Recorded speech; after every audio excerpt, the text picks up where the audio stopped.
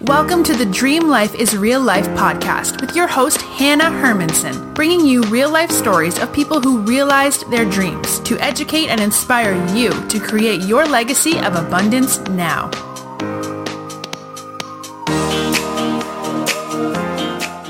Welcome back, everyone. Today, I am so excited to be hanging out with my friend, Lena Elkins. Lena is the CEO of Lena Elkins Coaching, a white glove consultancy for top-performing coaches, consultants, and service providers internationally. She's also an international speaker, influencer, member of the Forbes Coaches Council, and host of the Facebook group Millennial Go-Getters. She specializes in digital marketing, copywriting, sales funnels, and personal branding. She takes a no BS approach to breaking through major barriers and reaching accelerated success for her clients. Originally from San Francisco, Lena moved to Israel at the age of 22 and lived in an immigrant absorption center and scrubbed the floors of a grocery store. Her hard work and desire for something more led her to become a marketing expert, and by the time she was 24, she had tripled her income and was making more money than most 40-something professionals she knew. Now she is on a mission to help others. Welcome, Lena. Thanks, girl. So excited to be here. Yes, we always have great conversations, and today I really want to highlight, this story that I just touched on a little bit from living in an immigrant absorption center, which first of all, tell us what that is, and scrubbing grocery stores to, being the CEO of your own business. So take us back to moving to Israel and your decision to leave San Francisco. And was that a quest to make your dreams come true, or what motivated you to make that big move? Yeah, it's actually crazy. Entrepreneurship, or this whole even concept of like dream life is real life, was never even on my radar. All I knew is that I was 22. I had just graduated from college from the University of Oregon.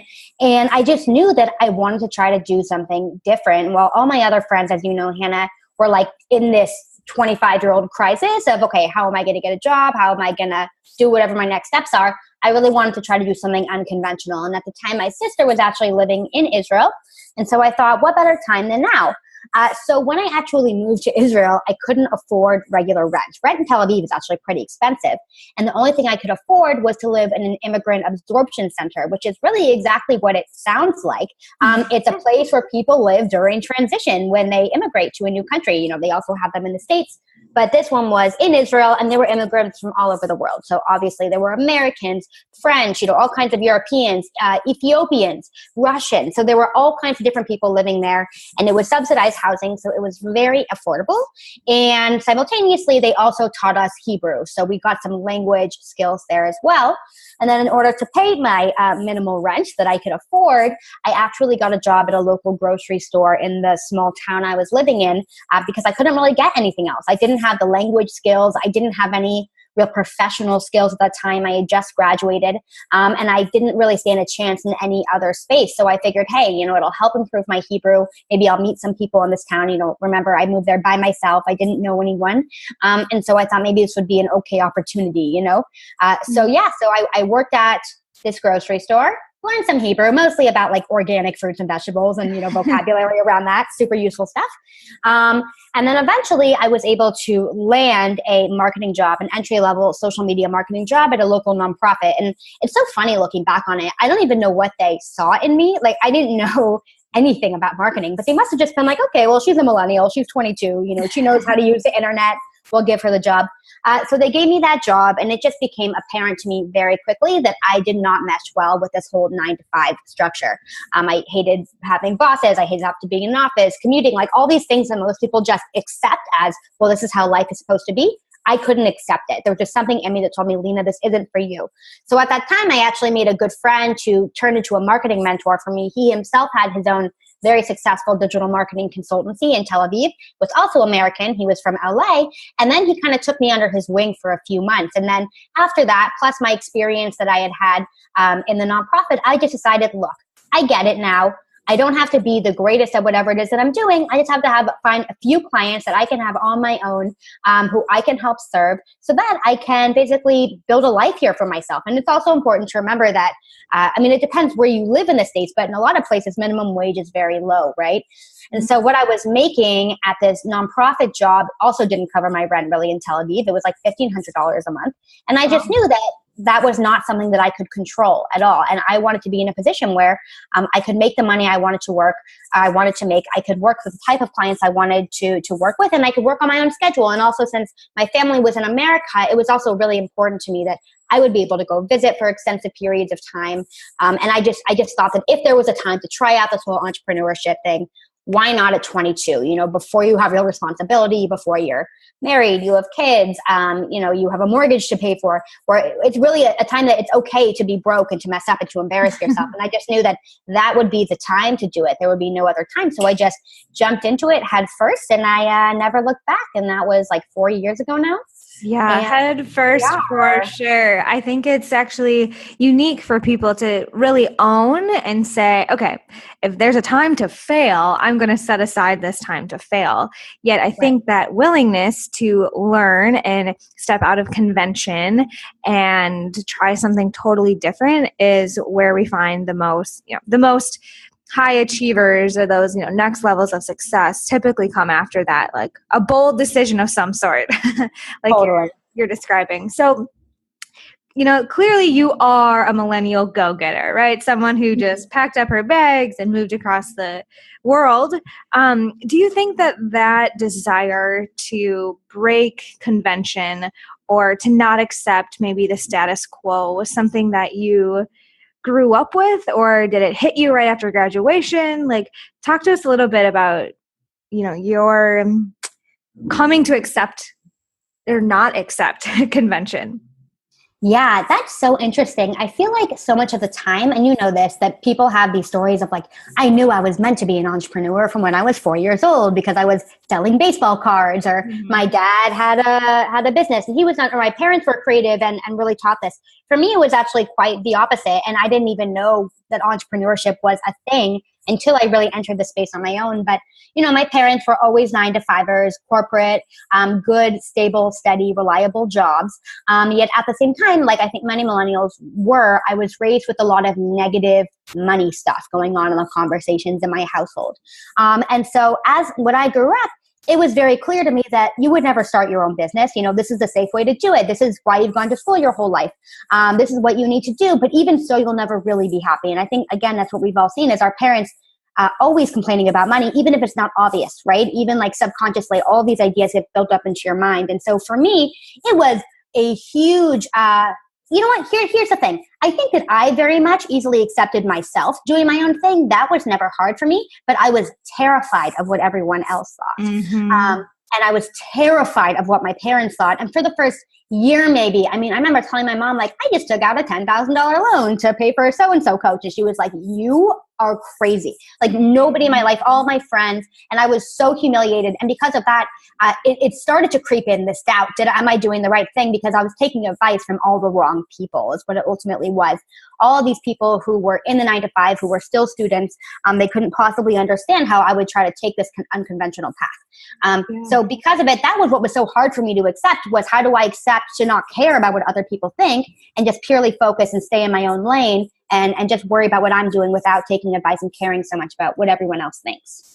Yeah, that is huge. And to be able to own that at, such a young age, because I do feel like these stories around money and what is quote unquote safe or acceptable, we all want to make our parents proud or do the right thing at some point in our lives. And to be able to step into those loans and this lifestyle, by surrounding yourself with other stories and other voices seems like has been a really powerful strategy for you to surround yourself with people who are speaking about money and lifestyle differently than you grew up with. Right. Yeah, for sure. I think that was the biggest mindset shift that I ever made, is when I decided to stop taking the advice of people who hadn't already achieved what I wanted to achieve. And all of these people who were very successful, who I normally doubted or looked down on because I thought, oh, well, they're rich, they're wealthy, they're successful, therefore they must be bad people or they must be greedy. Once I kind of made that mindset shift and started taking what they were saying more seriously, that changed everything for me. And then I just really saw the value in surrounding yourself with winners is what it ultimately came down to. And really started to cut out the people in my life, unfortunately, a lot of the time that just weren't there, right? They were stuck in this mindset around scarcity and lack in their lives when I only wanted to be listening to people who were focused on abundance and opportunity and success and really looking at the glass half full. So that was like a shift that seems very small, but it has completely transformed my business and my life and my mindset about pretty much everything. Mm-hmm. That abundance piece has been huge for me as well, and realizing that there are a lot of people out there who think about money as a good tool for social change or for empowerment, and, kind of breaking that mindset that, okay, yeah, either we do good for the community and we work for the state and we stay safe and we work for the weekend, or, we have yachts and we don't care about other people and our money just goes to diamonds. And, there's like so much space in the middle of people who are, earning a lot of money and giving a lot. And I love, one of my mentors once talked to me about entrepreneurship in his eyes was just about bringing more abundance into the world. Whether that's more time for, his employees to do what they love, or more money to donate to the causes, just to have more choice and more abundance, not only for yourself, but to be able to give that to other people. And that was like, okay, I can earn a lot of money and that's okay.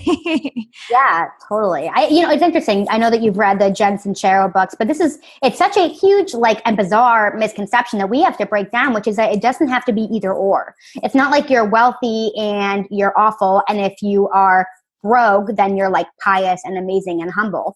It's not either or. And so much of the time people dedicate so much of their organizations and their time to volunteering in nonprofits, which is so amazing. And they think, oh, well, those rich people, well, you just never know, right? Those people with money might be actually having a much bigger impact than you are because they're able to donate the funds to, it's just giving in a different way. And once you can change your mindset around that and just be less judgmental, then it can make a huge difference in just opening up the doors to yourself and giving yourself that permission to step into that abundance. Yeah. So many ways to be generous. I like that. So you, in your early 20s, you tripled your income. And so here we are, yes, you can do it. It's okay to, triple your income. But what did that actually look like for you? Did your life radically change? Were you throwing confetti in the morning and drinking champagne all of the time? Someone who's maybe listening to this thinking okay, yep, I do want to take ownership for my finances. I want to start figuring out ways to earn more money, but what is that going to mean for my life? Will it be a lot of work? Will it be really easy? Tell us about your experience. Yeah, you're totally right. I just drank champagne all day and chilled in bed and stuff. No, it's funny. That's exactly what I thought it would be. But the problem is, and this is what is so interesting, even though I was suddenly making so much more money, I wasn't giving myself permission to step into that place of gratitude. And because of it, essentially, because I was still stuck in this negative money mindset, I hoarded my money, and I was still terrified that I wouldn't be able to afford things. And I still held back from investing in myself and my own growth because I thought, well, what if I'll never make this money back? So my mindset actually really prevented me from stepping into the lifestyle that I could have without actually living above my means. So that was a huge shift for me. But once I actually got over that, really everything changed. And I think that about maybe 6 months after that, my fiance, actually, he's a full-time student still, but he also had part-time jobs, and I was actually able to retire him. And that was a shift that I never thought I would be able to make in my life, even though in my family, actually, my mom was the primary breadwinner, and so it wasn't so bizarre. But just realizing that I was able to support not only me, but my partner was so empowering, I think, as an entrepreneur and as a woman, and just showing that not only was I able to do this for myself, but this is now something sustainable that I continue to do for my family. So that was a huge lifestyle change that I never expected. And then, of course, we were able to move into our dream apartment and go on our dream vacations and travel the world. all things that I had done before, but I was no longer stuck in this mindset of like, well, I have to do it on a budget and I have to do it the easiest way possible. And I wasn't putting myself into boxes anymore. And just feeling that freedom is so empowering, and just realizing that you can do whatever the hell you want, was a huge, huge, huge change for me. So how did it shift? Good question. As in specifically, how did the lifestyle change, or how did the process to the getting mindset there? From, okay, I got to hoard this, I have to work really hard, we're still not secure, to, Eliav, you don't have to work. We can, how did you work on that mindset? Were there exercises or conversations you specifically had? I see. One of the first coaches that I ever got really was focused in her programs on money mindset, which is actually not the reason I signed up with her. I didn't even know what money mindset was. I remember somebody using the term like wealth consciousness to me one time, and I was like, what the hell is wealth consciousness? Like, who is making this stuff up? But once I actually started learning about it, and I started how even small things that I would do would impact my daily life. And then once I kind of started working with her, I dip my toes into the world of self-helpery, and realizing that there was so much content on this topic of just this whole idea around that you can perceive the world through multiple different lenses, right? Which I had never really considered before. So once I started dipping my toes into that world, I started reading a lot, listening to a lot of podcasts, joining a lot of conversations online that were relevant to this, reading a lot of blogs. And even though in the beginning, to be honest, I thought it was like kind of BS, I didn't really buy into it. I'm like, this stuff doesn't really work. But I just started implementing little thing by little thing by little thing. Even if, like you said, even if that was one mantra that I told myself every day for this week, I'm going to read it out loud, or I'm going to save it to the background of my phone, or I'm going to print it on a piece of paper and I'm going to hang it on my bathroom mirror. Doing small things like that actively rewired the chemistry of my brain. I swear. Exactly. And also one more thing, and I know that you and I were just speaking about this yesterday, but like the whole vision board thing, crazy. That blew my mind. More than anything else, girl. So I have this vision board, and I filled it up with all these things. For the first time, I read about it in a book. I'm like, this seems ridiculous. I feel like a 5-year-old putting this thing together, but I'm just going to do it. And I put it together, and I hung it on my wall, and I hung it next to my front door. So every single day when I left my apartment, I had to look at it, take it in for a second, and then subconsciously my actions throughout the day would really align with those goals. And I thought, I'm not going to achieve these things for 5 years, 10 years, maybe ever, ridiculous things. And I achieved every single one in less than a year, big check marks over every single image. And that just blew my mind, to show that the power of manifestation and mindset work really, really does pay off if you stay committed to it. Lena, I love this. We have such different backgrounds, and I came from teaching yoga, and way before I even thought I'd be an entrepreneur, I had "You Are Abundant" on my screensaver, and I had green juice on my refrigerator to think about, when I was going to be drinking that in Costa Rica. And what I had to learn was that all that energy that I believe in, with yoga and breath work and spirituality, also relates to money, because money is just another form of energy. And for you to be someone who is okay, I need to earn money to make rent, we just need to figure this out, I can get clients, just to see that blend, that yes, mindset work is the foundation, no matter what you're trying to prove or what type of work you're doing. It does, everything is energy, I guess, is what I'm trying to say. And so even folks who are the no BS marketing coach will tell you that it's not just tactical strategy. There is so much more in your personal development that has to be foundational to anything else you do. Yeah, for sure. I agree.